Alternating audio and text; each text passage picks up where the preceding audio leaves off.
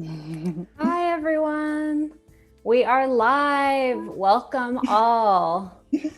I'm Ari, and I'm here with Alana Flowers, and we're doing a very special hand lettering stream for you today. You may have caught Sam Peterson earlier. He's doing Photoshop Daily Creative Challenges. Stay tuned also tomorrow for Sam Peterson right before us, and you don't want to miss these new challenges that are happening this week. And I want to introduce Alana. She is an illustrator and graphic designer and lettering artist based in Brooklyn. Hi. Hey everybody. Welcome. Yeah, And I thank you want so to much. see where everyone else is from. So we have a lot of people joining us. We have Anthony, Sean, Steve, Jack, Oh my gosh. Ben, Cody, Christelle. Let us know where you're from. I'm in San Francisco. As I said, Alana's in Brooklyn. So we have the East and West Coast of the United States covered, but we would love to hear other countries. We have Ben and Biola are both also in Brooklyn. So you've got Awesome. some Neighbors. fellow neighbors here. That's Cody's awesome. in Oregon. Great. So Alana, we are going to be in Fresco today. Is that right? Yes, On the it iPad? is. Mm-hmm. And we're going to be hand lettering a quote. So that's really exciting. And I want you to be able to introduce yourself and tell us more about your work. So let's jump into who is Alana and what is she about? Wow, thank you so much, Ari. I'm super excited to be here. Hi, everybody. Hi, everyone in the chat, everyone who's watching. My name is Alana Flowers. I am a newly freelance lettering artist and designer. I'm based in Brooklyn, New York, as Ari said, and I run my own business, AGF Design Studio. So yeah, I have some of my work up. This is my Behance profile. And you can see more of my work at agfdesignstudio.com. But yeah, I started freelancing in January of this year, if you can believe it or not. And I've been really fortunate to already work with some amazing clients. One of my more recent projects was this Adobe drawing theme project that I did for the month of April, where the theme was hand lettering. So super fitting and appropriate for what I like to do and what I do. And also sort of in the theme of today's quote, because it was centered around motivating creatives to create hand lettering. I did a little tutorial for that project as well. And then also I did some quotes for American Greetings for Black History Month. If you look at my work, maybe you could pull that I like to use a lot of colors. I like to mix styles. I wouldn't say that I have like a super defined style, but I can pull key components in that way for things that I like to incorporate when I can. And then also, I don't know if any of you guys recently finished the 36 Days of Type challenge. This is my third time doing it, but I actually finished this year, so I'm super excited about that. That's awesome. What an achievement. I know. I was just like, yes, I finally finished. It was it's a challenge in a marathon. So I was just like, okay. So I threw that up on my Behance profile as well. I did a little YouTube video about my project and just introing people who might not know about 36 Days of Type. I have a YouTube channel, AGF Design Studio, where I teach lettering and my process, and I'll go into a little bit about my freelance background as well. But yeah, this is some of my work, and yeah, I'm just super excited to be here with you guys today. That's great. So we have a lot of great feedback in the chat. Bruce says congrats. Christelle says great quotes. Cody's putting your links in the chat so everyone can follow you. We also had a few new people join. We had Alexis from Atlanta, Mukhtar from Texas, Christelle is from the south of France, Sean is from Germany, Yulia is also from France. So we have a lot of people around the world. So that's exciting. That's super exciting. Shall we jump into Fresco? Yeah, let's do it. Is everyone ready? Are we ready? All right, guys. So I don't know if you caught the name of the stream, but today we're going to be hand lettering an uplifting quote. I don't know how much of my background you can see, but my my background is very white and blank. So that was my motivation for today. I'm going to be hand lettering the quote, "Don't be afraid to dream big." So right. that's kind of been the theme of my life a little bit, going full-time freelance. So that's kind of what motivated me to want to do that quote. Yeah. So yeah. What motivated you to become freelance? Oh, geez. So yeah. So I mentioned that I'm newly freelance. So before that, I was an in-house graphic designer. I started out as a junior designer, I guess, as many people do, and then I worked my way up to lead and then manager, and all of that took 4 years, 4.5-ish years, I guess. Um, and then last year happened, and I think that gave me a very large shift in perspective.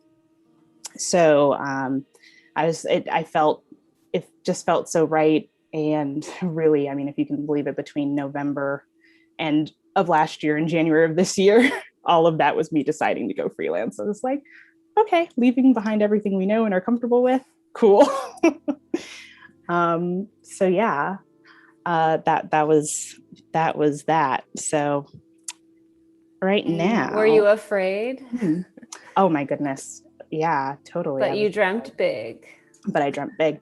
And it's funny because I was just like, I know that I need help in order to do it. So I ended up actually taking Martina Floor's Leap Now freelance course, actually. So I think I was a part of her first cohort of students for that course. So it's really nice because we were like a little group all trying to launch our own businesses and stuff. So having her support and having the guidance and structure of a course was very helpful for me. And I don't think that I would have been able to do it as quickly as I did on my own. That's a great call out. So hopefully she's doing more. And I did see her actually post today that, is it a book that she also has that's for the Leap Now? Yeah, she also has a Leap Now book, which I also have. Yeah. So Cody, let us, if you can put that link in the chat for everybody, that would be great. Martina Floor's Leap Now book. Yeah. Stony said, that's when I decided to learn graphic design. So I think they decided during the same time around earlier this year, January. Wow. Okay. So that's exciting. Let us know, Stony, how's it been going? Yes, absolutely. What's your favorite tool to use too? Oh, is that a question for me? Oh, no, sorry, okay, I was asking you then. Oh, okay. But also, let us know, Alana, what your favorite tool is. I'm just all digital all the time these days, I think. Yeah. I guess right now I'm just trying to figure out my hierarchy for this quote. So I kind of just do little pink check marks. So I'm thinking of focusing on these 3 words: afraid, dream, and big. Because I just kind of want it to be like bam in my face when I wake up in the morning or I walk into my room. I'll be able to see just like dream big, no matter what, just dream big. So yeah, I think I think I'll be ready to start doing some thumbnail sketches. I just sort of prepped my screen before with just like 6 little boxes. This is going to end up being a printed and hopefully framed, if I can get a nice frame for it, quote for my room. And so these are just like letter size proportions. Okay. Cool. So for those of you that are just joining, we're here with Alana Flowers, and she is lettering an uplifting quote in Fresco. So she's starting with these thumbnails, just getting some sketches in, figuring out the hierarchy for all of her words. And the final product will end up being a print that she can put on her wall that will inspire her. and hopefully inspire all of us too. So she introduced herself earlier, and you can see the links to follow her in the chat. She's an illustrator, graphic designer, and lettering artist based in Brooklyn. And she dreamt big and started going freelance earlier this year. So we want to hear also from the chat, have any of you taken a leap or changed something in the last year that has made you afraid, and how did it go? Yeah, please. I'd love to know more about everybody's background and if we have any kindred spirits. Yeah. Alexis says, would love to buy this print. Oh my gosh. Thank you so much. It's so funny because I'm just like, and I feel like a lot of lettering artists say that they're just like the thumbnail sketches, you know, they're rough, they're kind of ugly, but it's okay. It's just to get the words out on the page, just like as a starting spot, and just sort of going from there. I think I'll keep working on this layer. I don't terribly mind that. But yeah. Hi, Mahesh. We're using Fresco on the iPad right now. Anthony says, I'm thinking about taking the leap into freelance. And awesome. Caitlin also says, I'm currently looking to go freelance full-time. Awesome. So you do have some kindred spirits here. That's super cool. Alexis asked if you sell your prints generally, or sell your work. I do. I have an online shop, hfdesignstudio.com/shop. And I have a little bit of my work up there, yeah. And I think I have some things available as like stickers and prints, all kinds of stuff. So if you want to check it out, feel free. And Yulia also asked, how did you build your portfolio to get clients before you started your own freelance company? Yeah, that's a super great question.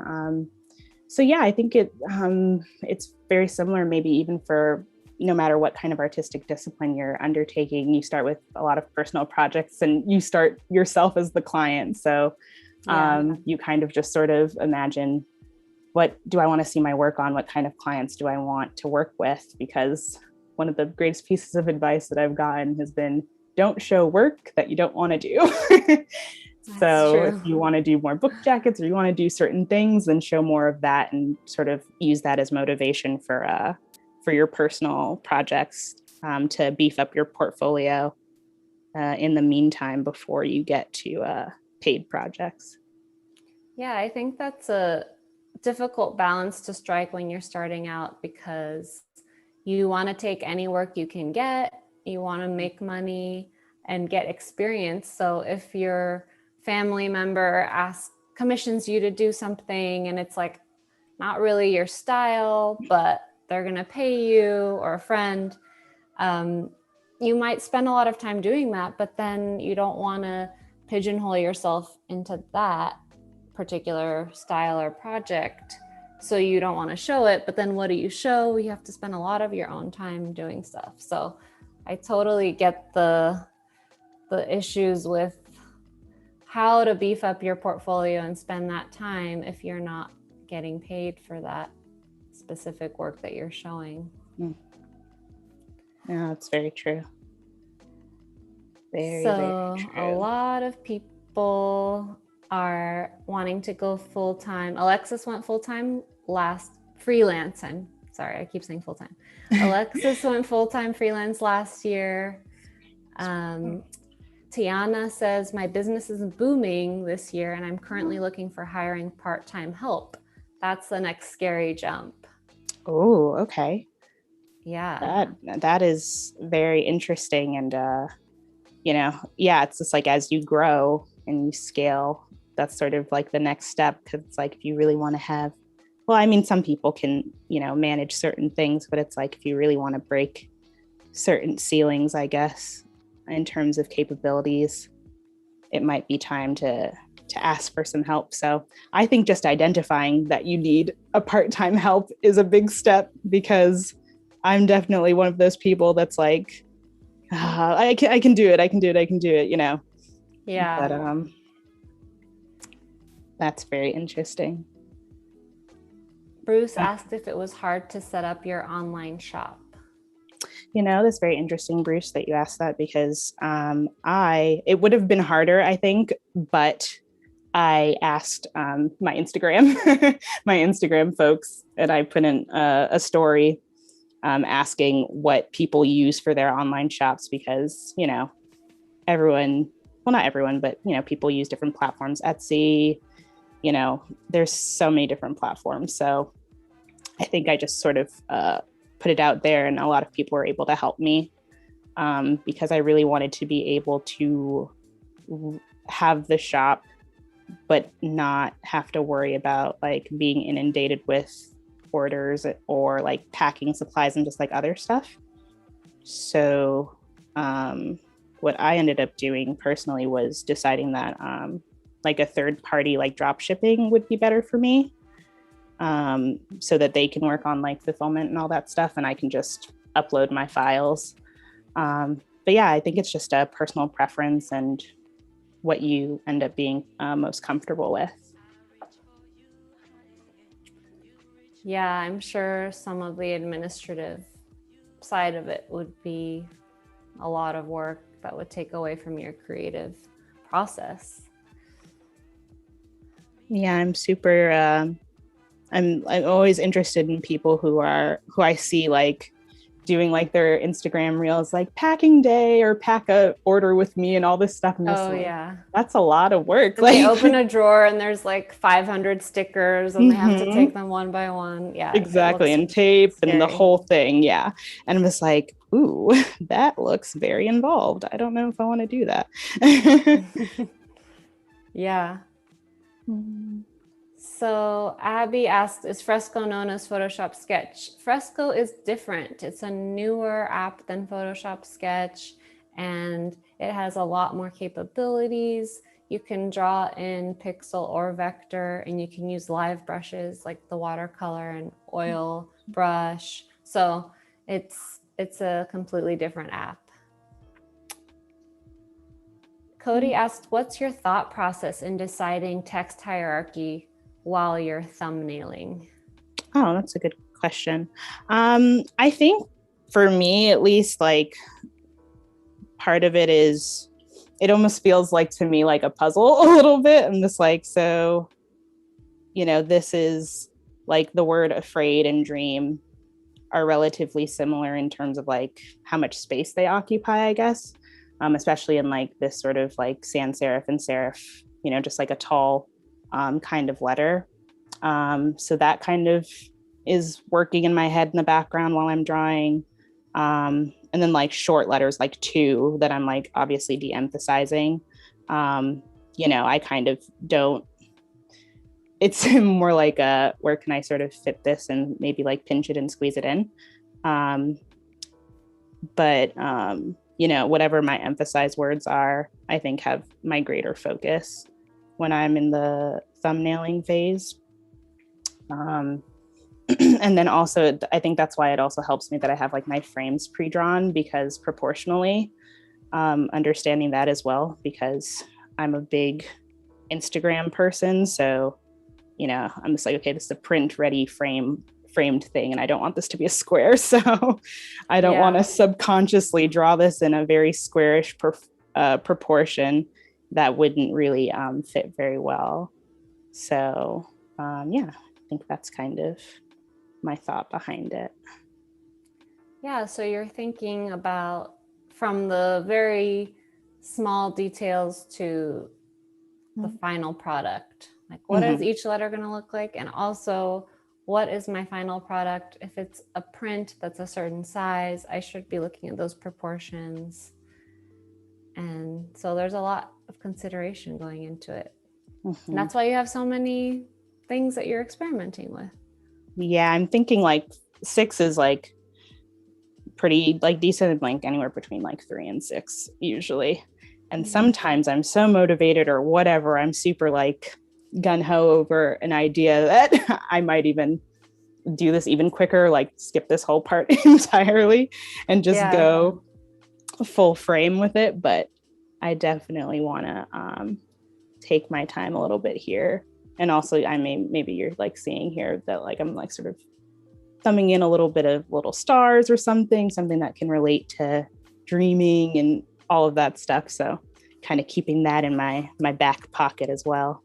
Yeah. So 3 thumbnails so far, which one do you like the best? Yeah. Tell me where you guys are sort of leaning so far.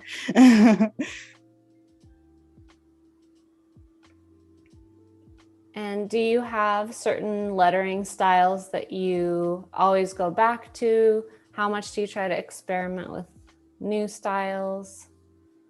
That's a good question. I think, and maybe if you look at my Behance again and just like my portfolio, I think there's a lot of things that I sort of gravitate towards in terms of like a certain kind of serif, a certain kind of script. Maybe that's just like over time, that's like what you end up practicing the most or getting the most under your belt. But I definitely have a soft spot for like slab serif in particular. I like that.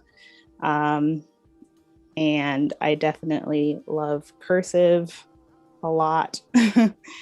So, and also just like sort of giving the work maybe some rule breaking personality, I suppose. So I think a lot of lettering artists might say, I feel like I hear a lot of lettering artists say that they like R because, you know, that leg of the R, you can kind of swash it down and do some nice flourishes with that. Speaking of which, I think I'll do that right now. Give that a try because it's just like so fun. And also, I think that sort of goes back to like another question where it's like, you know, how you think about like planning out the phrasing and the words and stuff like that. And things like, it's like if I look at my thumbnails so far, I can see in some spaces there's like a lot of negative space forming in certain areas, and just sort of thinking of ways to fill out the composition and not make it look so empty. Yeah, having a multitude of styles in your arsenal helps to fill up the space. And, you know, if you have a lot of different types of space you need to fill up and different types of phrases, it's always going to be customized. Yeah, definitely. It's very fun. We got some votes. Let's see. I think most people like, I guess it's 50-50 between the second and third one so far. Okay. I'm liking that. Ben says he's liking where 4 is headed, so he's ahead of everybody else. Hey, look at that. Tiana said the chunky lettering on big in the second one is perfect. Ooh, okay.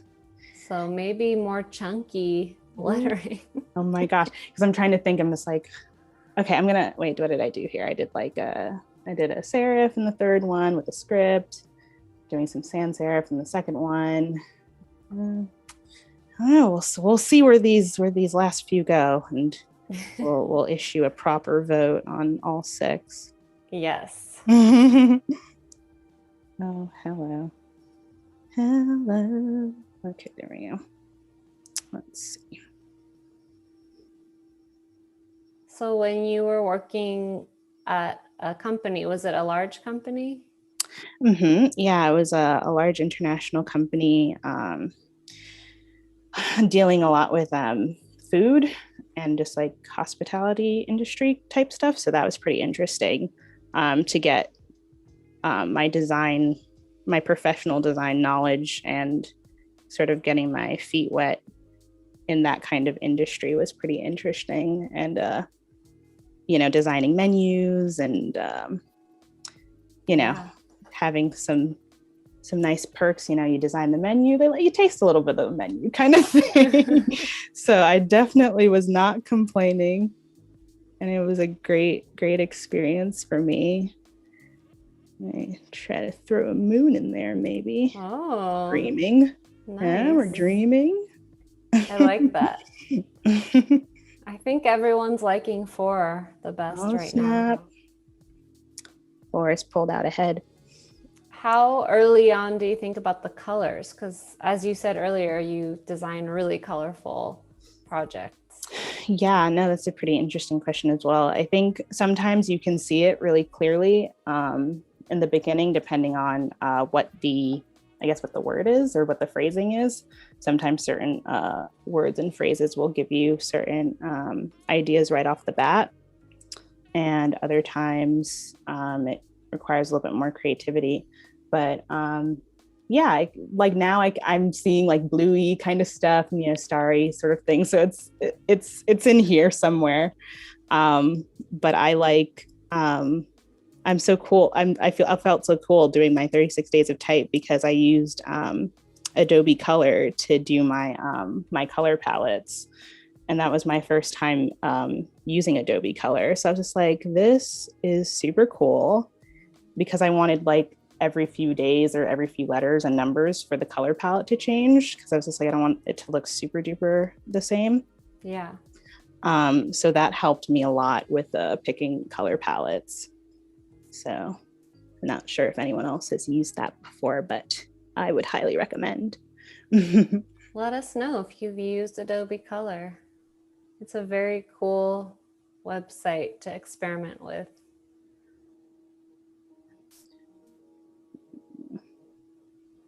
I was also thinking blues and yellows for this. Mm-hmm. Yeah.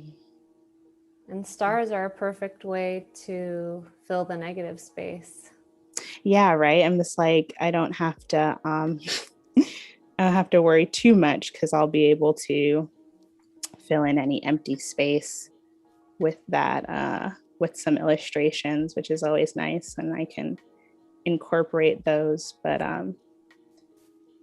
yeah, it's like nice seeing how other people incorporate photography and all sorts of stuff into their lettering. I'm just like, you guys are super creative.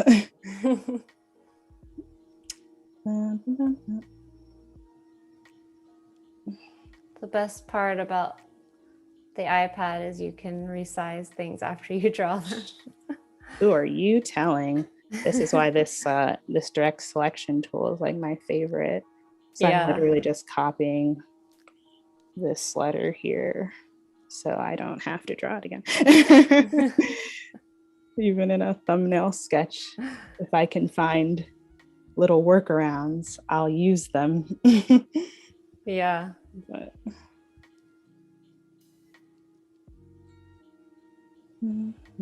Colby says, I use Adobe Color a lot.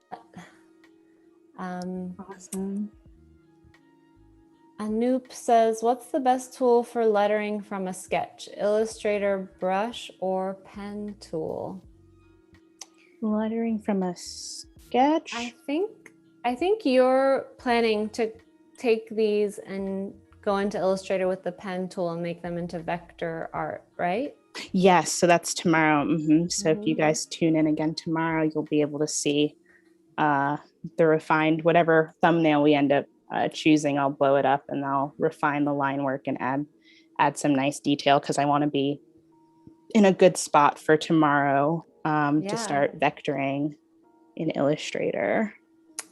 Julisha Kim joined us. Hey. Hey, Julisha. I was just thinking of you because we were talking about stars, and I know that you are the queen of stars. Because she also has a brush, I think, that was star shapes. She has like star packs that are like super cute. I'm just like, I mean, this is like the beauty of Instagram and just like sharing and stuff, because you just see like what people are working on and coming up with, and I'm like, that's pretty cool, and it saves time and they're beautiful. Yeah. What else do you need? Yeah, right. Jeez. Okay. Bruce asked if you play with brush thicknesses as well. Yes. Once I go up, I'll thicken my brush a little bit, but not by much. I kind of wanted to be a little bit more delicate, I guess, with adding the weight. Maybe I'll try like sketching it on carefully as opposed to just making the brush very wide. We'll see how that goes, but there are so many brushes in this program. I definitely haven't touched even, a small percentage of all of them. But yeah, it's quite overwhelming. Yeah. It's like, I don't know if you guys follow Kyle Webster. He does like a lot of the brushes, and I follow him on Twitter and stuff. And he's always like, he's like, I just made so many more brushes. And I'm like, Kyle, you don't stop. Like, how many more brushes can you think of? Be enough? Like, really, I saw him like do an Instagram live recently, and he was, and I think he was doing a Q&A, and someone asked him like, how many brushes have you created for Adobe Fresco or like Photoshop? And so he's like, somewhere like 2,000. I'm like, what? I'm like, that's pretty crazy. So yeah, I don't know. We'll see what happens. Okay, guys. Admittedly, I've lost a bit of steam here, so we'll vote on 5. So let me know what you guys think. Kate said something interesting, that the compressed letters in the Afraid, the 5th one that you did, capture the feeling of fear for her. And I think that's interesting. Like, first of all, it's the hierarchy of which words are most important, but also how can your lettering style express the feeling that the word is saying? No, definitely. And that was a really good observation that Kate made. Makes me wonder if I fill this in a little bit, if that'll make me feel differently, or if I fill in that big in the second one, if that'll make me feel differently. Yeah. I have one chosen that I like in the back of my head, but I'm wondering what everyone else will say. So yeah, we already have Caitlin voted for number 4. Let's see, we have 5 designs. So everybody let us know what you're voting for. And let's zoom out a little bit so we can see. It definitely changes when you fill things in. I've often done a whole like lettering sketch and like, this looks great. And then I fill it in, or I vectorize it. And like, once you start vectorizing things and they have really clean outlines, things can look completely different. They usually look worse to me than the pencil because the pencil's so forgiving. I'm like, oh, I should change this. So yeah, filling in is a big way of seeing the final project. Ben says, I think I'm still vibing with 4. Okay. Vibing. 2 votes for 4. Let's get some more votes. Don't be shy. Yeah, please don't be shy. You won't hurt my feelings. The thumbnail sketch, I used to call it ugly, small, and fast. This whole summing up this whole step. I'm like, ugly, small, and fast. Like, try not to be. I think Belinda said it well. She's like, I try not to be too precious at this point of the creation stage, because it can sort of hold you up a little bit with your creativity, I think. Definitely. You just have to decide on something. Okay, we're getting a lot of votes now. They're coming in. Oh my gosh. Coming in hot. I think I might have to like count them because oh my gosh. I'm so sorry. I'm just like, it'll be so fun to have everyone like have their input.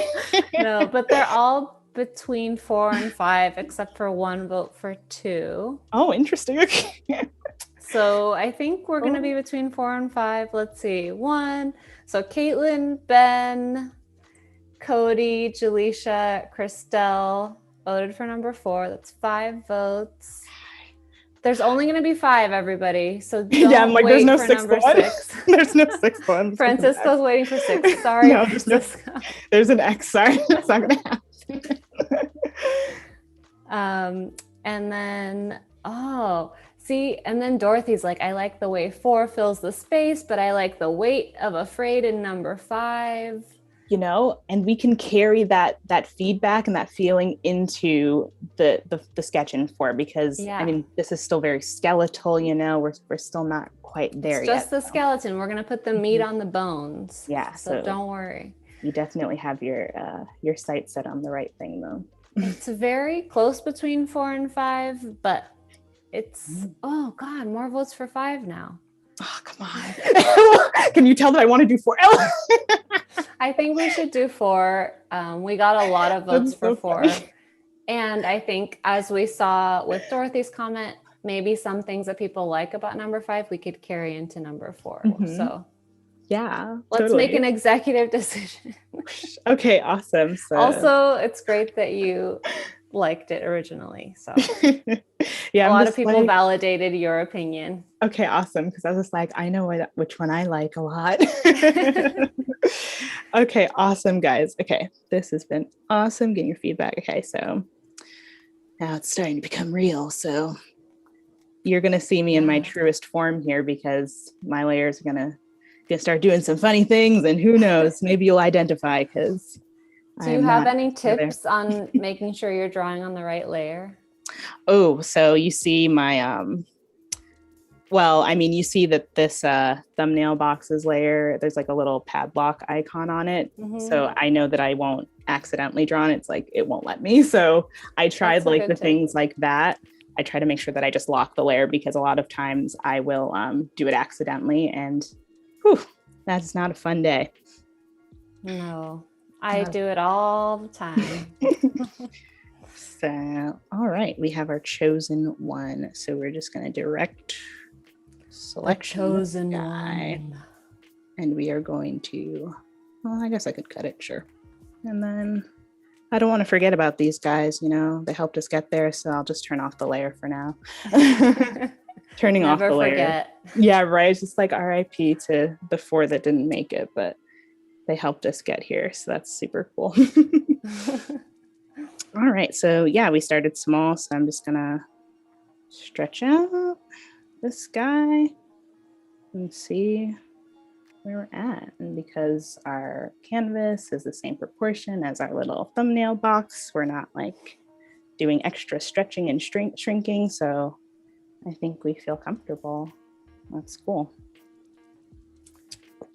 Ben asked if you'll be on Illustrator on the desktop tomorrow.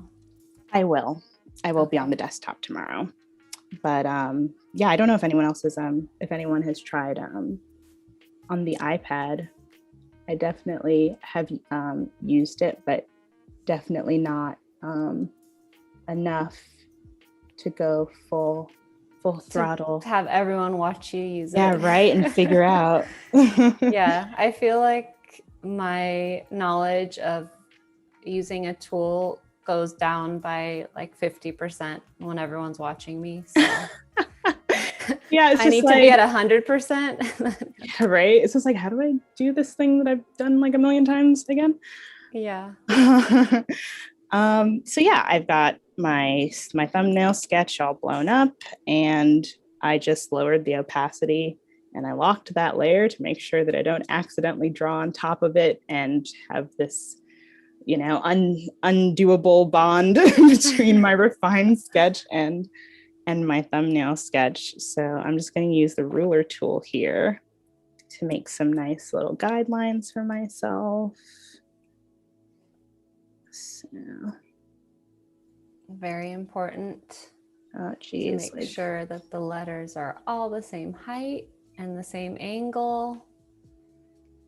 Yeah, and the ruler tool is great for that. It's just like, once you've got your layer, your angle set rather, you're pretty much good to go.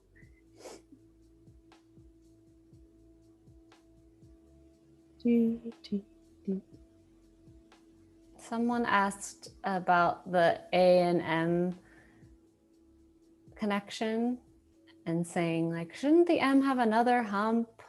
But okay. Mm-hmm. I don't think it needs to, because the A can hit the M wherever it wants, and this is assuming that you wrote the A and then you picked up your pen and wrote an M, and it doesn't have to be continuous. You can pick up your pen. It's not a rule that you have to stay on the pen to paper.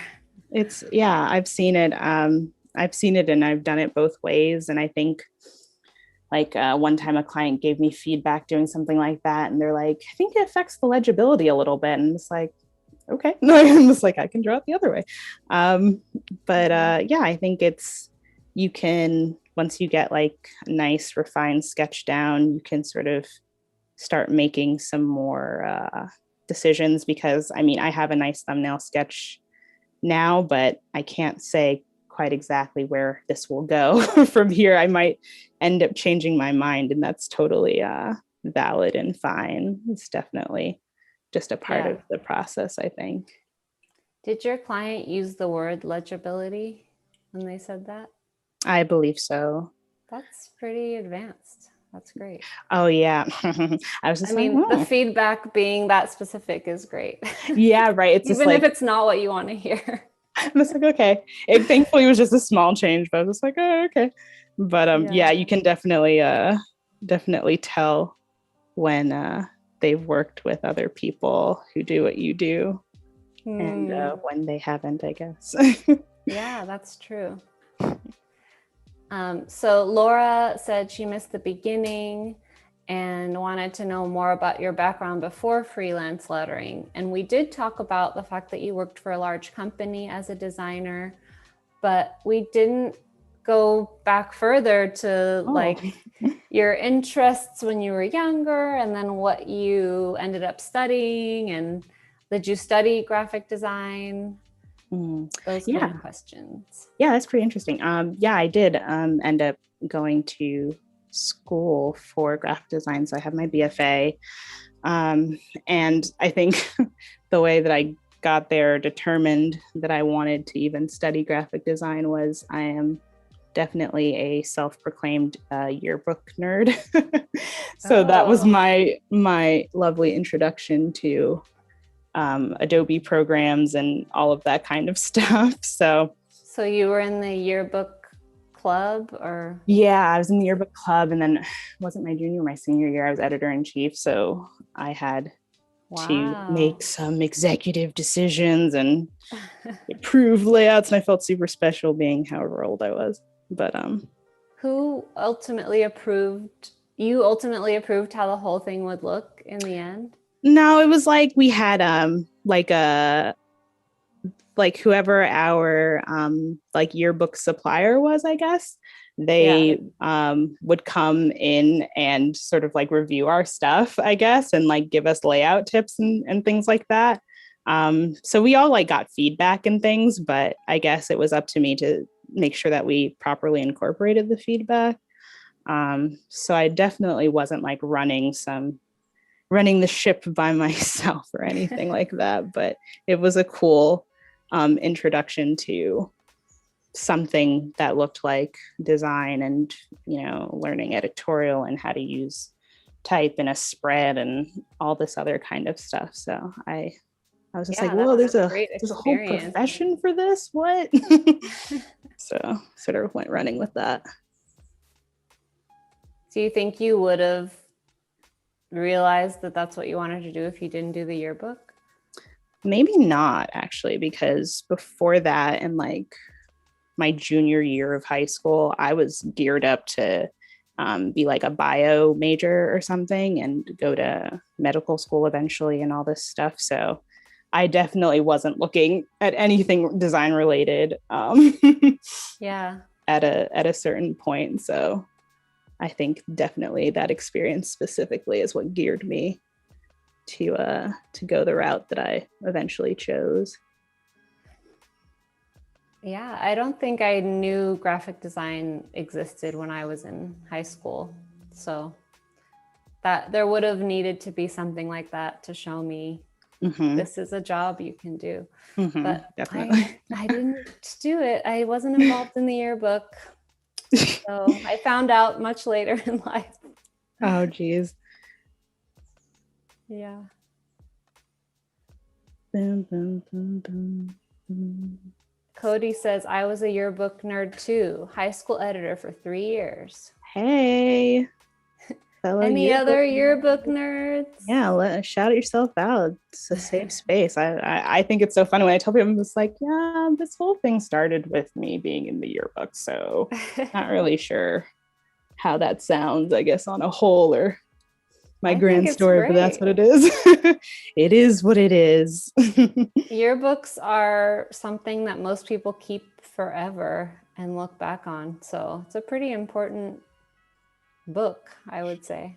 Yeah, right. Geez. And it's super funny because then you see people on Twitter like years later pulling out their parents' like old yearbooks. It's like, hey, my parent went to the high school with insert celebrity name here, and Oh, like right. show their old like yearbook photo. I'm just like, they are human. Yeah, you have more pressure designing a yearbook if one of your classmates is a future celebrity, and you'll never know. So you have to make it really good. It might be Absolutely. on Twitter one day. Oh, goodness. Julisha says, I was also on the science medical major path in the beginning. Nice. Francisco was a yearbook photographer. Very nice. Did that end up leading you to photography later on, Francisco? Yeah, let us know. Because I mean, the yearbook, I'm like, our photographers, like, we were nothing without the photographers. Like, I'm like, I need you to get this very specific shot so that I can close out this spread. And they delivered. It was great. I'm like, you guys are the unsung heroes of the yearbook. Because, yeah. Caitlin asked what brush you're using. Is it the pencil? Oh, yes. I'm just using the pencil. I've got a few. Is it like you have like your little favorites? So Yeah, I favorited the pencil. me too. I'm The just pencil like, is actually my all-time favorite. yeah, like I think I mean, it really does. I feel like it looks and, feels very much like that. So I'm just like, I really do enjoy doing my sketches, and you can get pretty well defined strokes. So, and it fills in pretty well. So I like it a lot. And you're using an Apple Pencil right now? Yes, I am. Yeah, I'm using the second generation Apple Pencil. I have to shout out my mom because she upgraded my gear to help me with my business. So Oh, I'm just that's great. like, you're the best for that, because I've had I had my old iPad. I think it was like the 9.7-inch, so it's small, and still had the first gen pencil, and it worked okay, but like sometimes my stuff would crash, my programs, and my space capacity wasn't nearly as powerful. So I'm just like really appreciative. So shout out to mom for the much needed upgrade. Yeah, thanks, Mom. Colby asked if you have a favorite lettering artist that inspires you. Oh, that's a really great question. I have like so many, I feel. I mean, I think I talk about Martina Fore a lot, but it's just because, I mean, like even before I took her freelancing course and stuff, I did really look up to her professionally, and just knowing more about her story and how she started, humble beginnings. I mean, I'm chilling in my bedroom right now, so I'm just like, just like I started in, my little bedroom studio too, Yeah. doing, what I really wanted to do. So I'm just like, it's easy to get caught up, I think, in the glitz and the glam of now, but it's nice knowing the story behind. And besides her, I think, geez, I mean, I feel like I follow a lot of people on Instagram whose work I really like Julisha. Like, I really love her work. You don't have to be quote unquote famous or whatever the heck to to be someone's favorite artist. I think I tweeted that once or something. It's like, you do know somewhere out there you're someone's favorite artist, or like someone like really admires what you do. So I think that's like something like a nice thing to keep in the back of your head. Yeah, for sure.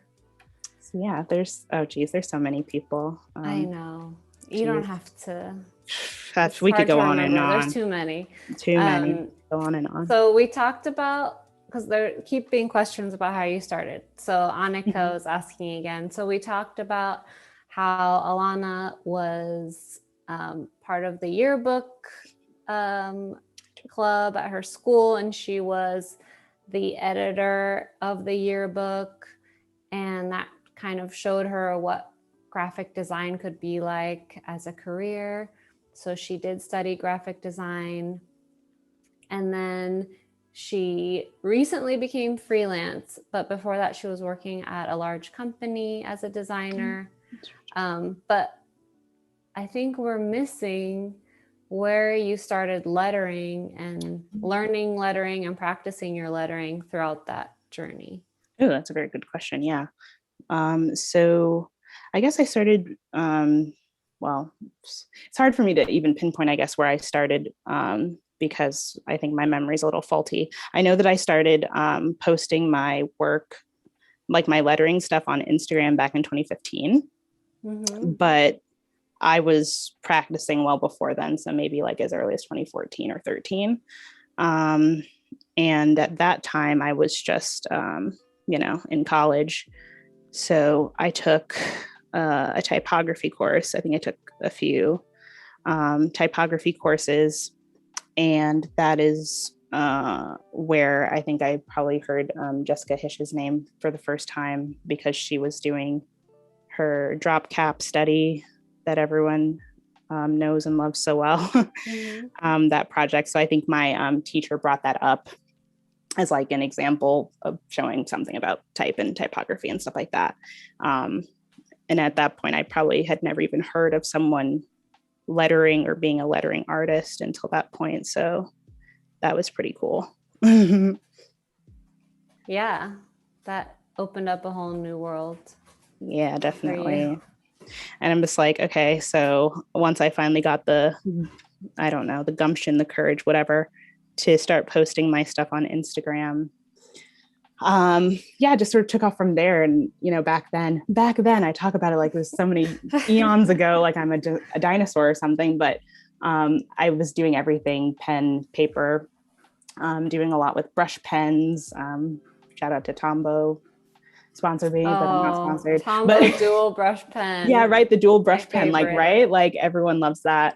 And I was on the Jet Pens website like every week. Like I think it's just like jetpens.com. Like they just have like all different kinds of brands or whatever of pens. And I just, whenever I had whatever money I had, I was buying up their pens. So everything was started there with brush pens and like calligraphy.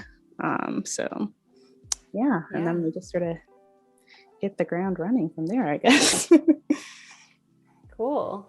Jess just joined. Hi, Jess. Hi, Welcome. Jess. Welcome. Thank you so much for tuning in, hanging out. I did notice on your Instagram that you posted a few lettering pieces alongside an older version of them. Oh, yes. Like 5 years ago and now. And I think that was really cool to show how much your style has developed and how much you've practiced. It's always nice to see that. Yeah, that was my 25 days of type project that I started, because I think at that point, like that was my first year, I guess, like I mentioned, posting my work on Instagram. So I was just like, I need ideas. Like, I don't know what to post like all the time or whatever the heck. I think I was already very inconsistent by December. So I was just like, and I started in like September. So I was just like, okay, like I'll do 25 days of, instead of 25 days of Christmas, I'll do 25 days of lettering. So I just invented a challenge for myself and just did prompts for all the days leading up to Christmas. So I wanted to revisit that. So that was kind of a nice little step into the Wayback Machine for me. And doing that actually, I would say helped me secure a client, because when they reached out to me, they referenced some of the pieces from that project directly. So that was nice to sort of see and like affirm for myself. That was just like, okay, like, it's good, putting yourself out there is good. And you never know who's watching. So that was nice. That's for sure. Annika asked if you also do ink calligraphy. I don't. I really, when I did, it was mostly just with brush pens, but I've never gotten into, the very nice traditional, like they're awesome. Pointed What they do. pen, Yeah. dipping in Like, ink. I'm like, Yeah. geez, you guys are so cool. And it's funny because my mom actually had mentioned to me earlier this year, actually, that my grandfather did calligraphy. So she's like, maybe there's Really? something there, like in the back of our heads, why you might be so into lettering and all this stuff. Cause he apparently had like these really nice sets and, sort of kept it nice as his little hobby or whatever. But I know that I always love a nicely, calligraphed, like, I don't know, I call it happy mail whenever I get like art related or like fun mail from like small businesses and other lettering artists and stuff. It's always nice when you see your name written all nicely on the envelope and stuff like that. So I think I've always sort of gravitated to, it's like, let's make it look nice Mm-hmm. kind of idea. Tara is asking, what's your favorite and least favorite letter to draw? Ew, that's so funny. That's a great question. Favorite and least favorite. I mean, I feel like I always have problems with the legs for the K, the leg and the arm for the K. Sometimes I think it's very easy to get the proportion looking strange. So I'd say K is definitely a tricky one for me.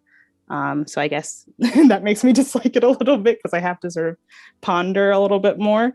But other than that, I guess S is kind of tricky too. I've seen a lot of people do post like little reels doing little secrets to drawing S and stuff. They'll like draw two circles and then like erase slowly. Like everyone's got their little shortcuts and tricks, and I think it's super cool to see because I'm just like, yes, help me, I need help.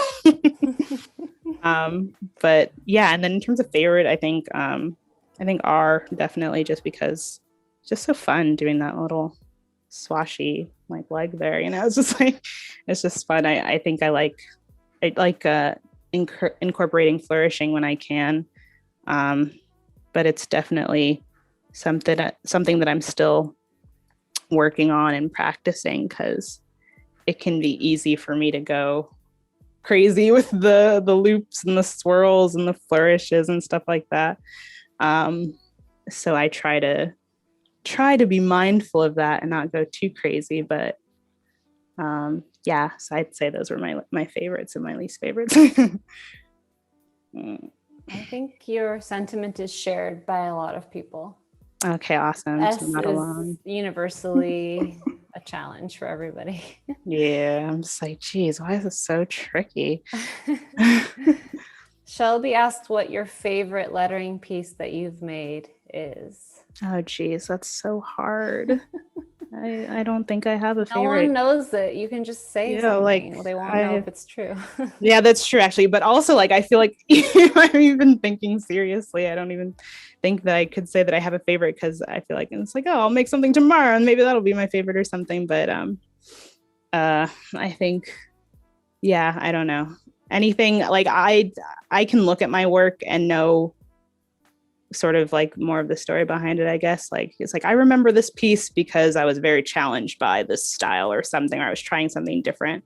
So whether or not it's my favorite is hard to say, but each piece, I guess, has its own thing that it's taught me and helped me realize, I guess. So favorite or not, it's all very valuable to me. Yeah, that's a great answer. Annika asked about your color palette in 36 Days of Type, which you did talk about earlier. Alana said she used Adobe Color. So if you go to color.adobe.com, you can create color palettes and experiment, and it's really easy to get inspired and create your own color palette. And Annika agrees, S is difficult. Cody says, I've always really struggled with writing a capital G. Oh, yeah, I that's hear another that. one. Yeah. Yeah, sometimes like when you're lettering, for me, when I'm lettering in a serif style, Hmm. I get confused with the capital G about where I should put serifs and like how the bottom should be. And then should I put the little crossbar on the top of the thingy or Exactly. not? And there's a lot Hmm. of decisions with a capital G. And then a cursive capital G is a whole other ball game that it's really funny. I just recently posted on my Instagram like how to draw cursive capital G and how it's related to one you would find in a book. And Hmm. I thought it was just like a stupid thing, but it was like my most viewed Instagram post ever. And people were like, I've always wondered about this capital G and like it's so weird. And now my mind is blown because I saw how you drew it. I'm like, oh, I guess this struck a chord with people. Yeah, that's so interesting. It's like that's why I'm just like so I'm always grateful when people share their process. It makes me more intrigued to share my own process and stuff like that. So I mean, I've been watching these Adobe lives a lot. So and it helps being freelance, and it's like it makes me feel like I have coworkers and stuff like Yeah. that. Just sort of like hanging out with you guys creatively for a little bit is always nice. So yeah, keep sharing, because if you're doing one of these things in your head and you're like, I wonder if blank blank blank blank blank, or if anyone else thinks about this, the answer is usually yes. So yeah, definitely keep on keeping on and sharing. um I think right now I mean, I turned off my guide layer, and right now I'm just sort of stepping back and looking at the letters right now, and seeing where I want to make any adjustments, if I want to like lower something or readjust some wording, before I move on to like cleaning it up even more and then adding the weight, because once I move stuff around, I'm going to redo my guides and stuff. And I don't want to be moving to a more concrete point in the sketch before I'm ready, I guess, and haven't made most of my decisions at least. So that's kind of where I'm at. And I'm trying to do as much layer separation as possible. So if you look at me, I'm like, I even like separate. I mean, I guess I did the tittle for the I and big on a separate layer by accident from the I itself. But even like between like the D and the REAM and dream, like, because sometimes I'll really want to like really separate stuff and like really have a lot of freedom moving stuff around. So I'll just keep a lot of things on very separate layers. So Yeah, you need that control. yeah. Bruce asked if you love the letters in your own name to write it out. Oh, that's interesting. Love the letters in my own name. I think it's cool. Like it's, it's the hump of the N two times. It's kind of funny. And I love lowercase A's. Like I think lowercase A's are awesome. So Yeah. um especially because I can use the lowercase a lot of times. I'll take the lowercase a and I'll use that to do the D and the G, because like that, I that whole noticed is the that you same. copied that and used it for Mm-hmm. the G, which is a Yeah. great shortcut. I'm just like, I try to identify, and this will go into tomorrow and just like other things, but like where I can duplicate, I like to do so, because that's the power of doing stuff digitally. We're not super duper bound, I guess, in this way. Yeah. So that definitely helps out. And when you learn lettering and you practice more, you notice a lot of repetitive shapes, and Exactly. that helps to make everything look consistent. No, definitely. Absolutely. Yeah. It's, you know, what is it? They talk about I don't know, I've heard them called like mother shapes, basic shapes of all the letters, Mm-hmm. that make up all the letters in the alphabet. I took a mini workshop with, I don't know if anyone follows her, Type Affiliated on Instagram is her name. She had a really cool mini course that was like, it was really fast. I think it was maybe like an hour and a half or so, but doing like a crash course, and it was going over, you know, these are the basic shapes that make up all the letters of the Latin alphabet, and this is how you can sort of help with your proportions and I guess it's also, a lot of it is derived from, typeface design and things like that. It's just like, okay, if I know how wide this letter is, I know how wide my like this other letter will be. So sort of having these linking treatments, I guess, between your letters helps also to have them look uniform. Yeah. Thanks, Cody, for putting all the links in the chat. Oh yeah, thanks, Cody. You're Shelby awesome. says her name is Haley. Okay, yeah. Her mini workshops are so cool. Yeah, everyone check it out. Awesome. We have Rob joining us. Hey, Rob, welcome. We also have Jeffrey. That a little bit more. And Raghu asked, are all the words written on the different layers? Yes, Alana was just explaining that she does things on different layers so she can move them around and resize them if needed. Otherwise, she can use this tool. Yeah, and just do a little to quick change things. Yeah, I'm just trying to, because I'm sort of toggling my my sketch layer because I still have space for the illustrations. So I don't want to take up too much space, but yeah, I don't know. I think we're okay. John has an interesting observation. Yes. What if we remove the word to entirely? Oh. At first I was like, wait, then it won't work. But then I realized, don't be afraid, dream big. Oh my gosh. John, that's a super cool observation. Thinking outside the box. For sure. I think it's so cool. I think that's great.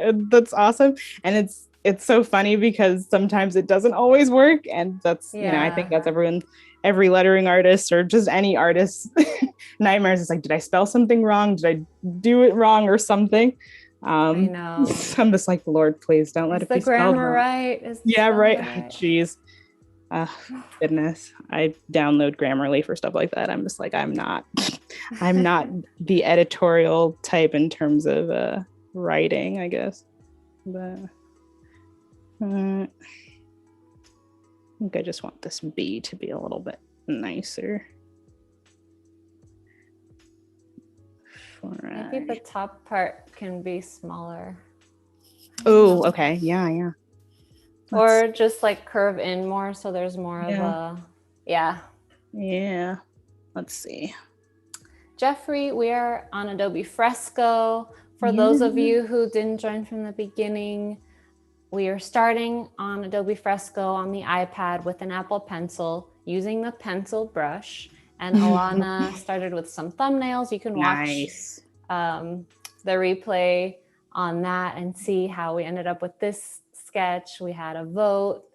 Secretly, she wanted to do this one anyway. But it was definitely the vote that decided it.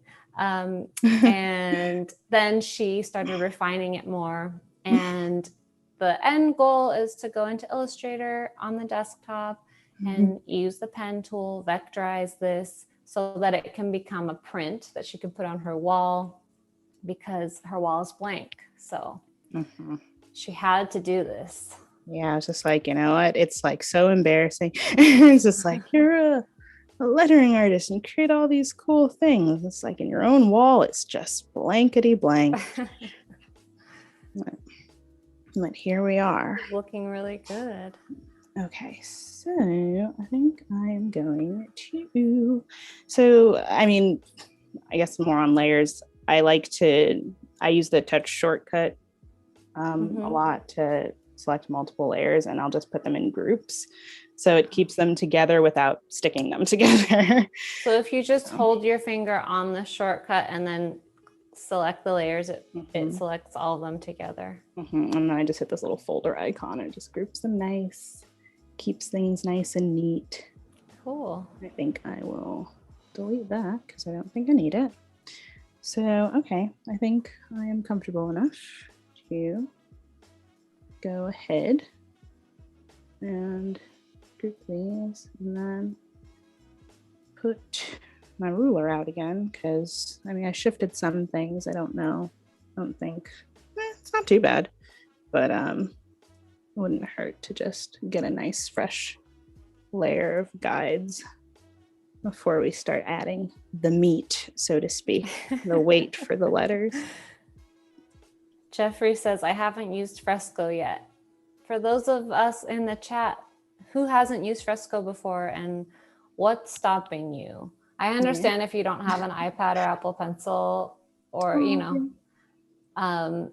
that is a barrier because it is primarily on the iPad, but you can also get it on your phone. So you could download Fresco on your phone and check it out. It's free to download and use. And if you're afraid of using a new tool, I don't think you should be. I think you should experiment with it. I didn't know how to use it a few months ago, and I kind of know almost everything about it now, but it's just from using it and trying new things. There's also a lot of tutorials in the app that kind of guide you through and let you learn how to do things through like little tooltips that show you where to click.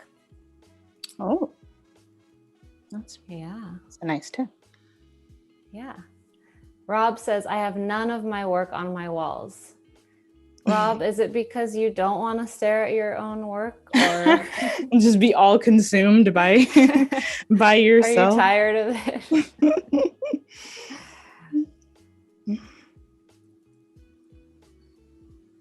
It's funny. I mean, I have some things on my walls. I'm a big I like to collect like postcards and stuff like that, or just like any kind of anything that has cool type on it.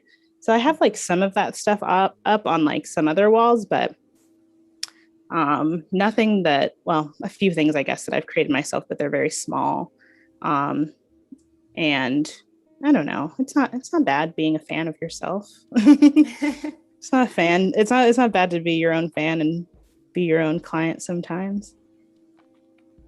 Yeah. Especially if it's a phrase that you like or something you enjoy looking at. Absolutely. Jeffrey says, I'll need new eyes if I put Fresco on my phone. But you can zoom. You can zoom in. Yeah, right. Don't be afraid to zoom in. But I totally get it. My eyes are not the best. I'm like been wearing glasses since I was 10. So I'm right there with you. With my eyesight is very precious. Now that I, in our profession and creative professions, it's like screen everywhere. So I know. I totally get it.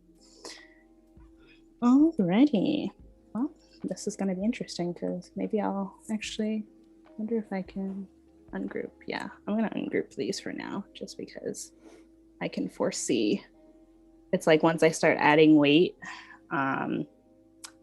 my spacing might change and I might have to adjust some things kerning wise. So we'll just sort of play it by ear and see how it goes. Ooh, hello. So a lot of people in the chat are talking about the benefits of using Fresco. Cherith says, this morning was my first time using it. Oh, hey, that's awesome. Welcome to the club. Yeah, right. And like Ari said, like I just started using Fresco like some months ago. So I'm like, it's pretty like user friendly and stuff, especially if you've already used other Adobe programs. Like I didn't feel too bad of a learning curve from other things. So yeah, definitely.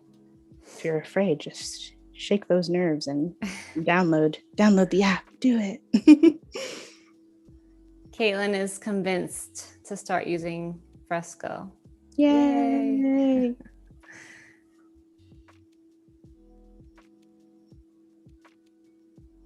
Yeah, Fresco doesn't have a limit on the amount of layers that you can create, which is a big advantage for a lot of people in the chat. Oh yes, that was marketed for me because I am like layer central over here. I'm just like, you said unlimited? Okay, that's what we're doing. Literally just gonna go hard on the layers. Oh, okay, let me see. Maybe that might be on the outside. Okay. Yes, indeed it was. Okay. If you've joined and haven't said hi yet, say hi. Let us know where you're from. And I know that we're going to be back here tomorrow as well. So let us know if you can join tomorrow to watch this turn into a vector drawing. We have a lot more time today. We have about 40 minutes left here. And then tomorrow we'll be back. And there's going to be so much more. We'll see color added. We'll see it being really refined and see Alana's strategy of how she uses the vector tool. I'm interested to see that. Yeah, right. I'm interested too. Oh, no, I'm just kidding. No, it'll be cool. How am yeah. I gonna do it? No, it's interesting because it's like I feel like there are a lot of approaches and a lot of people. I don't know. I feel like I've seen it a lot of different ways, but actually, was it in the digital? Yeah, I think so. I met Julisha virtually in Martina Floor's digital lettering masterclass. Oh, I believe it was, and that was like focusing on like vectorizing letter forms. But there's like a lot of books that usually cover it pretty lightly, but you know, they cover it to some degree.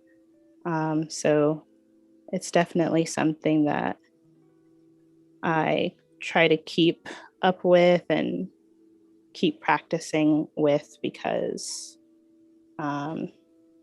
it's often something, depending on the final application, I suppose, clients will ask for vectorized artwork. So it's nice to have that skill in your back pocket if you need it. I'm trying to develop that skill, but I think it just takes a lot of muscle memory and practice. Yeah, definitely. To remember all the shortcuts and you know, how everything works. Yeah, exactly. It's like you hold this and you do that, and then that becomes that, and it's like by the time you're done, it's just like, what did I even do? But it'll be fun. I like vectorizing my work. Like I usually most of the time I do create, you know, the things I post on my Instagram or whatever. If it's just like a personal piece, I will do it digitally in Fresco. But then like maybe just like on the side, like not even to post, just to practice on top of. I'll do that in Illustrator on my own time, just because it's like, yeah, it's nice to keep up with that, especially if it's like so, you know, industry standard and good for, you know, good for the business. Ferry is in Indonesia. Ferry, what time is it now? Yeah. Camilo joined us. Hello. Welcome. We also have Thank Kimmy you. in the chat. Hi, Kimmy. Hello. Let us know if you have any questions for Alana as she's working. Yeah, please ask away. I really, I don't know. I frame this in my mind. I'm just like, we're just hanging out and creating and learning together. So I think it's just pretty chill and pretty cool. So please feel free. We're just filling in the weight for the letters. Yeah. Ferry says it's 10 to 1 in the morning. Okay. Pretty late. Yes, yeah. I would be in bed by that time. I'm definitely not a super duper night owl if I don't have to be.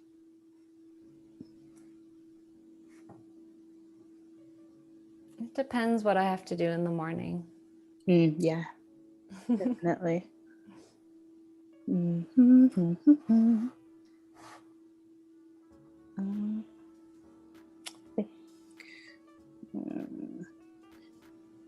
Waking up in the morning is making me think about freelancing has changed my schedule, I guess, and how I approach my personal scheduling. Like it's really just up to me. So I'm just like, okay, can kind of go however way. And I think it's very easy to lean into overworking or doing too much. So I try my best to keep an eye out on that, but it's easy to have some hours creep in extra.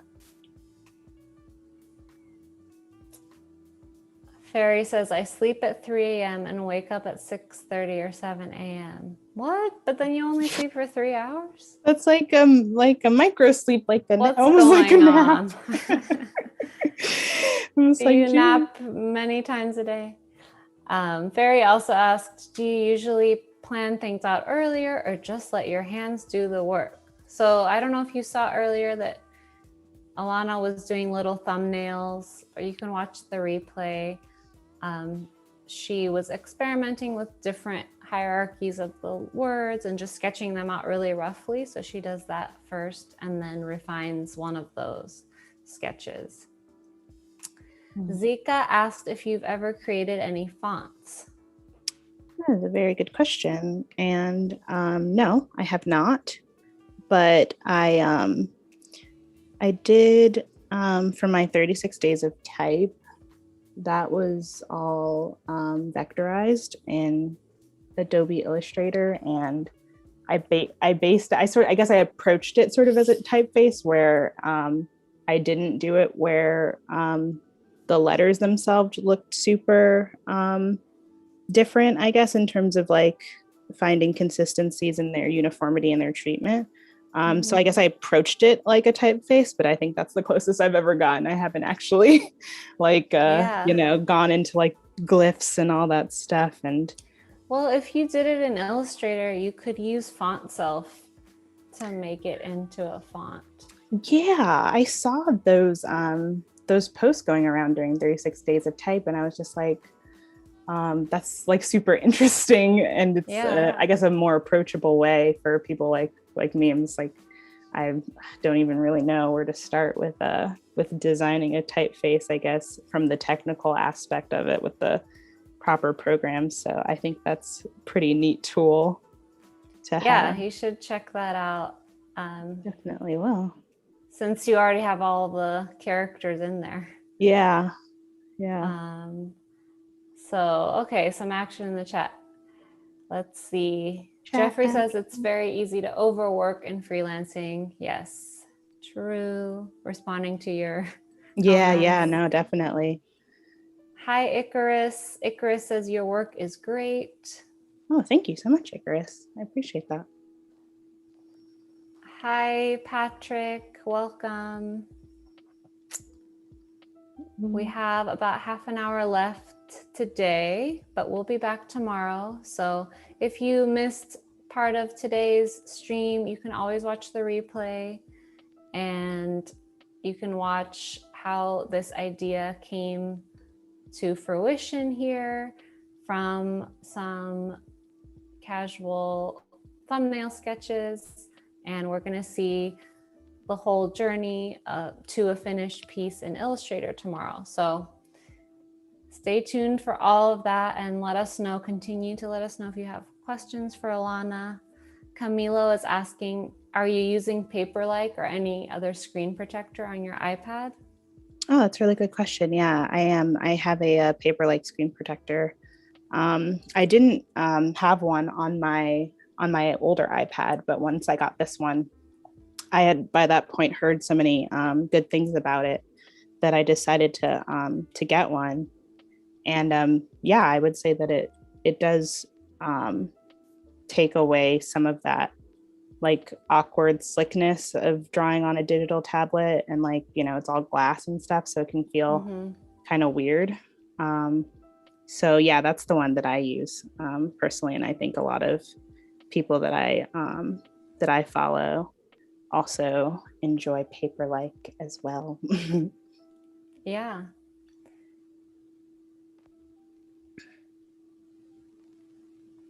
I had it on an old iPad, but not on my newer one. Oh, okay. Yeah, it's interesting. It's like, everyone is different. Because maybe it's like even on my older iPad, I think because I had it for so long, I had got it in 2017. So like it was rearing up on 4 years old, I guess, this year. So um, it wasn't even something that after I had gotten used to, like, I guess the feel of the glass and the tablet and stuff like that, that it could feel like a little bit more natural and better. So that was a very pleasant discovery for me when I got this new iPad.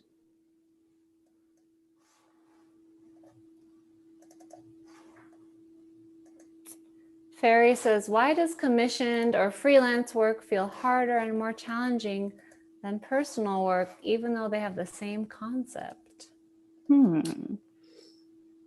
Well, that's kind of a philosophical question. Yeah, I don't know. That's a pretty interesting question. I mean, I guess it's just like maybe it is a sort of an idea of control. Because I mean, even if it's like dream client, dream brief, like everything is like matching up with the kind of styles that you like to do or what have you, it's still work. So it's still, and you still have to have that sort of mentality and have that sort of care in mind that it's just like at the end of the day, this is going to fulfill a greater purpose than, just being for myself. So I think, I guess commissioned work and client work has more of a greater sense of responsibility, I guess, behind it too. That might sort of add to the creation process or just like everything feeling a little bit different. Yeah. I think it is more challenging, but I think if you are doing commissioned work or client work, there's more direction that you don't have to figure out yourself. So that means that it ends quicker. I just feel like when I have a personal project, it's in my mind for longer and it kind of torments me for a longer amount of time because I don't have someone giving me a deadline or telling me exactly what they want it to look like. It's just me. And I'm like, am I making the right choice? Oh. Like, when am I going to finish this? No, definitely. Did I work on it today or not? No, definitely. I totally get that because I am currently sitting on a personal project that I'm like trying to figure out when I'll have some time to do it. I was so excited about it, and then I just got a little backlogged, I think, with some other projects and stuff. So I definitely identify with that feeling of when it's just you and you're calling all the shots. It can definitely feel a little bit more, maybe a little too loose, and might need a little bit more structure. Okay, then increase this a little bit more.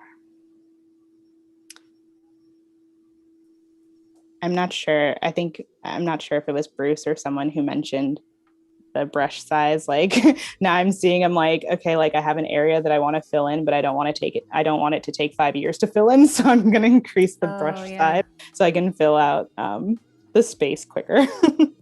So I'm just like, that's a direct use of me adjusting my brush size accordingly, I suppose.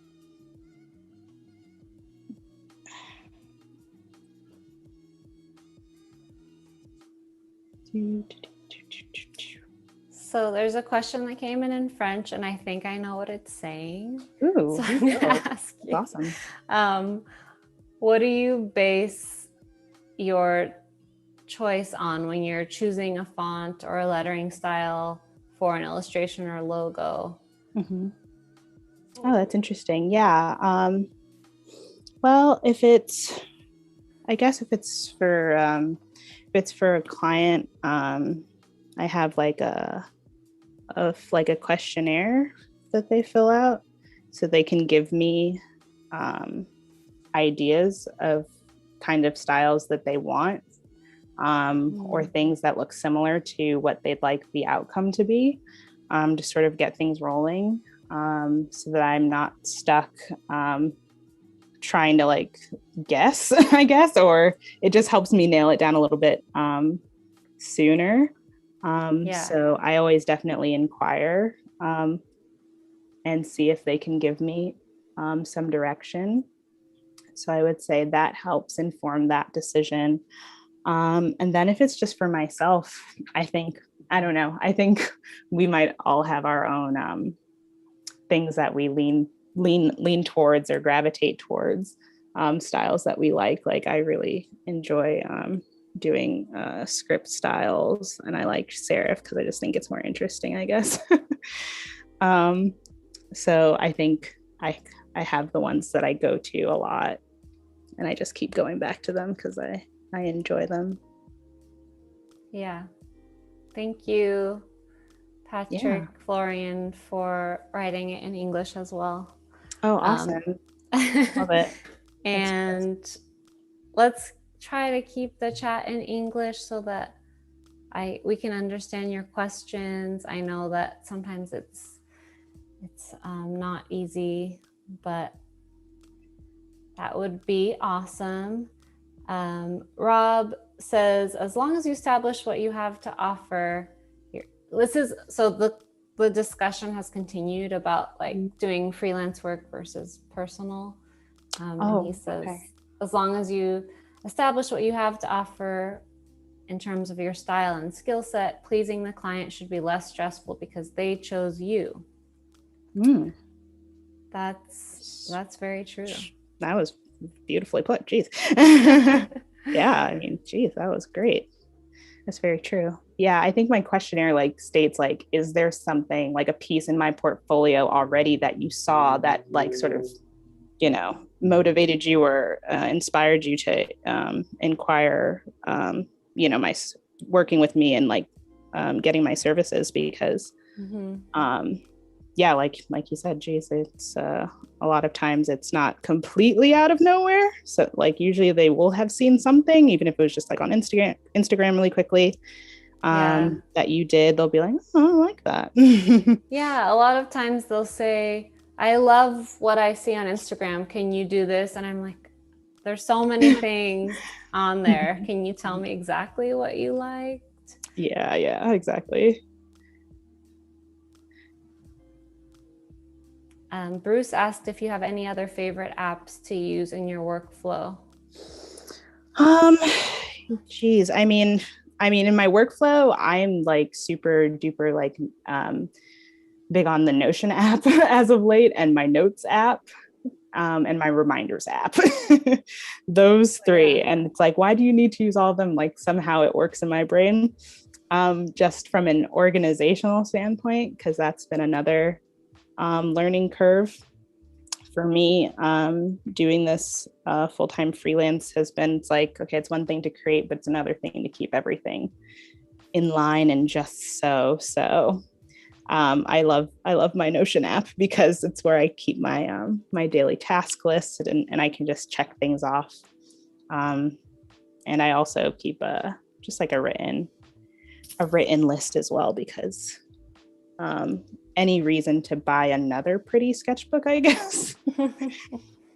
So how much of your time would you say is spent on organizing your tasks and like administrative stuff for your business? That's a good question. I mean, I think I don't think of it so much, I guess, maybe how much time it takes. I think I just sort of set aside time on certain days to do certain things. So I'll like do any like finance stuff, like updating like receipts that I have or something like that. Like that's slated for Mondays. And then like, the other app that I forgot to mention was Asana, actually, as well, for project management. When I get a project from a client, I put the project in Asana. I forgot to mention that. But yeah, in terms of like administrative, it doesn't take too much time. I think as long as if I designate the day of the week to certain kinds of tasks, I don't have to worry about it dragging on, I guess, throughout the week or pestering the back of my mind. If it's designated in my head, I just know already that it'll get done on that day. Sounds like you're very organized. It was a hard fought journey. I mean, that's why I'm like, that freelance course was really good for me, because I'm just like, I knew I needed the structure, because I'm just like, I've never run a business before, so I kind of need a greater understanding, I guess, of how this thing should go, or the way to evade headaches. So, yeah. We're almost there. Yeah. Wrapping down. Just and then a reminder to some of you that may be watching on YouTube, come over to behance.net/live, because that's when we can see you in the chat and you can say hi to us. Yeah, hang out with us on Behance. Love it. Rob is saying that he only puts a certain look on Instagram, and if he does something more experimental, he just puts it on his stories, so that when a client is looking for him, I guess they have a very cohesive kind of project that they can base it on, and he knows that that's what people are going to see. That's a very good tip. I like that. Yeah. It's like, I don't know, I guess it's easy to feel sort of, oh gosh, when it's on the grid, and it's sort of like a thing, but no, that's a good tip. I like that. I've sort of made peace, I guess, with not having an ultra curated Instagram grid, but shout out to people who do like the coordinated colors and the just like super aesthetic and beautiful. I'm just like, oof, that's cool. That's pretty cool. I like that a lot. Yeah. Hi, Carrie. Welcome. Shout out to Carrie. Hello. Alana, how do you know which parts of the letters to make thicker and which to make thin? Oh, that's a good question. Yeah. I guess everything for script lettering is based off of an understanding of calligraphy. So if you think about it in terms of like pressure and stuff like that, I guess, so it's like downstrokes will be, darker than, upstrokes, that kind of idea. So I guess it's just sort of you understanding the flow of the line and when to put that downstroke pressure. But generally speaking, it's upstroke thin, downstroke thick. Yeah. So you're imagining someone, for example, writing the R, and they're starting out with the left side of the R going upwards, and then the right side of the R is going down, so it's thicker, and then the upstroke again is thin. And that helps. I think I've gotten that question a lot of how do you know which side, but just try to imagine someone writing it or how your hand would write it. And even in the lettering that says afraid, the serif letters, it's the same principle. Like when you write an A, the left hand side would be up and the right hand side down. So that's why the right hand side is thicker. Yeah, exactly. Same principle. Oh, I'm just double checking that I'm on the right layer, because now I've gotten to a precarious amount of layers, I think. I'm just like, oh goodness. Okay. No limits to the layers in Fresco. No limits to the layers. Definitely not worried about hitting too many layers, which is nice. It's never too many layers, which is nice. Hi, Wasim. Welcome to the stream. Welcome. Ooh, that rhymed. Yeah. Hi, Stony. Welcome back. Ooh, welcome. What do you think about the progression since you were here earlier? Oh, yeah. Did you jump back in from before? That's so funny. It's like you turn your head. I'm back. This looks very nice. So it might have been like thumbnail stage versus now. Wow, if you're jumping in from the very beginning, then we've done quite a bit of work now. We are getting there. I guess just want to get as much done as possible and then make sure we're just in a nice spot for tomorrow before it goes through the vector machine, as I like to call it. I wish it was just a machine that you didn't have to do yourself. No, yeah, totally. It's like, I guess the machine is called image trace or whatever, and it's not very it's not very cool. It's not very forgiving. I mean, if you wanna simple or cool, quick. I'll say quick, maybe not simple because it can get pretty complex depending on how good your original sketch is. It might not be so true if it goes through an image trace function so much. But yeah. Stony said I had to get lunch. You've gotten quite far. Very nice. Oh yay. What's for lunch? That's where my mind's headed next. I'm like, yeah, okay. We're hungry now. I'm just like, okay, this has been fun, but now we got to think about lunch. Edwin is here and says, Alana, this is awesome. Shout out to you, Edwin. Thanks. Jess and Dorothy are looking forward to tomorrow to see how this ends up. Awesome. Yeah, I think it's cool because I like vectorizing also because it's like I don't have to worry about the resolution. Like it'll be nice and clean and crisp. So I really like being able to have something that's print ready. Yeah. And what if a client one day sees this and they're like, we want it on a billboard? You can be like, okay, here's the vector art. Exactly. It's the worst thing. Well, not the worst thing, but it's like not always the most fun where it's just like, oh, I want that. But in some other constraints or proportions. And I'm like, okay, cool. I'll just go over here and redo everything. Okay, bye. Yeah. At least the idea is there already. Yeah, right. And it's like, okay, half of it is done at least, but it's not going to be as quick as it just being done already. It's okay. Hi, Sifan. Hello. Stony is having egg rolls for lunch. Ooh. I like that idea. I like that idea.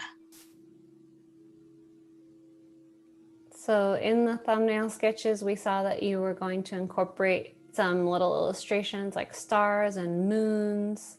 Yeah. I'm interested to see in the chat if anyone has ideas of what to put where. Like, do you have anything else you'd like to see in here besides stars and moon? Yeah. Where do you think they should go? Yeah, let me see if I can pull it up really quickly because it's like rough, but it's like I have like a little moon on the right side here and stars speckled around. But look how far we've come from the thumbnail sketch, everybody. Can you show the thumbnail? Yeah. Let's you have a lot of layers to hide. I know I have so many layers. It's funny, but it's okay because I can that's another benefit of just grouping everything quickly. Hopefully I grabbed everything. I don't know, I still missed a few. Ben says he wants to see clouds. Ooh, I like that. And that you can use the watercolor live brush to make clouds and they look really good. Oh, that's a great idea, Ben. Oh yeah, here's the thumbnail. Yeah, so this was the thumbnail sketch. Let me I'll unlock it and bump up the opacity. So yeah, this is where we started today. Once we did our super democratic voting for which sketch to go forward with. But yeah, it's nice. We've come quite a ways with our refining process. So a lot of people are saying shooting star. Oh, okay. Also flowers. Okay. I like the idea of shooting star because you are a shooting star when you're dreaming big and you're going off to new adventures. Okay, let me, on a separate layer, I'm just going to start taking these notes. Shooting star. Like that idea. Yeah. Rob wants to see a time lapse of this project. Ooh. I love watching a time lapse. Once you've finished something, you're like, whoa, I did all of this. Yeah. You should post it later. Oh my gosh, yeah, it's going to be so fun. I'll definitely put this like in my portfolio and stuff and be like, hey guys, this is what we created, and it'll be really fun. But I do super love I love watching time lapses as well. But like twinkling star, I guess is how I'll describe like the other stars that I drew. Oh yeah, the diamond ones. Yeah, right. Yeah, I'm like, I don't know if they have like a specific name. Oh, I think someone said clouds. That's a good one too. Someone said flower. Oh, okay. Let's Think about. Yeah, I like incorporating florals, not just because Flowers is my last name, but it just so happens to be that way. But I do like incorporating florals when I can. What about birds? I'm thinking of things in the sky. Oh, yeah. What else is in the sky? I don't want to give myself too much work, but now I'm thinking about a guy like chilling on the moon and like something. I'm just like, okay, I have a limited amount of time. We're gonna end up like drawing so many things that the letters become like tiny. Yeah, right. But Let's this just is make awesome. a guy on the moon. But these are awesome. Okay, so I'll keep these in mind. I'll start roughing out. I guess I'll drop this opacity down again a little bit, and then Carrie says balloons. That's another thing that could be in the sky. Yeah. That's so like whimsical. I like I like the thought of, I like the thought of being in a hot air balloon. I've never actually gone inside of one and done that, but it seems like a cool thing to do, I think. Yeah. I don't even know where they Cody is saying your comment reminded me of the DreamWorks logo. Oh my gosh, that's so true, right? Yeah. And aren't there isn't he like holding a balloon maybe or something, I guess? I think maybe. I forget what he's if holding. I'm remembering correctly, I don't remember. Just said an alien ship. It all somehow ties in because freelancing was alien to me before January. So such a metaphor. Yeah, right. It can just get so deep and philosophical and just meta. Oh, the DreamWorks, I think it's the person is like fishing off of the moon. Oh, okay. Oh, okay. That didn't. Or yeah, I think that's what it is. I haven't seen okay, what was the last movie I saw? I watched that Mitchell versus the Machines movie on Netflix. Oh. That was a cute little animated movie. I find myself like people who let me turn this off. People who do like animations and stuff like that, I like super duper admire them because I'm just like, oh my gosh, animators, that's like so cool and complex. Yeah. So if the DreamWorks person is fishing, then should we put fish too? Oh my gosh, it could totally, because it was already going to be like blue tones, so it could be like aquatic. I could be like having some sort of aquatic dream. The ocean and the sky are now one. Oh, see, this is like taking this whole like other turn, but I like it. We're thinking, we're getting creative. We need to get outside the box. Yeah, right. Flex our creative muscles. Exactly. That's what's going to keep this thing going. I think I've told people before, I'm just like, as a designer, like you get hired, yes, for your abilities, but also for your ideas. So, just keep the idea train going, really, because we always need ideas. That's true. No one's going to have the same idea as you. Well, they might have the same one, but not exactly. Yeah. I'm just smoothing out these bottoms. It's like, my letters were resting on those guides. So the bottoms of my letters are not super crisp, but just trying to fill in a little bit. Do you try to make it as precise as possible before using the pen tool? I mean, like this right here is like pretty good to go off for tomorrow.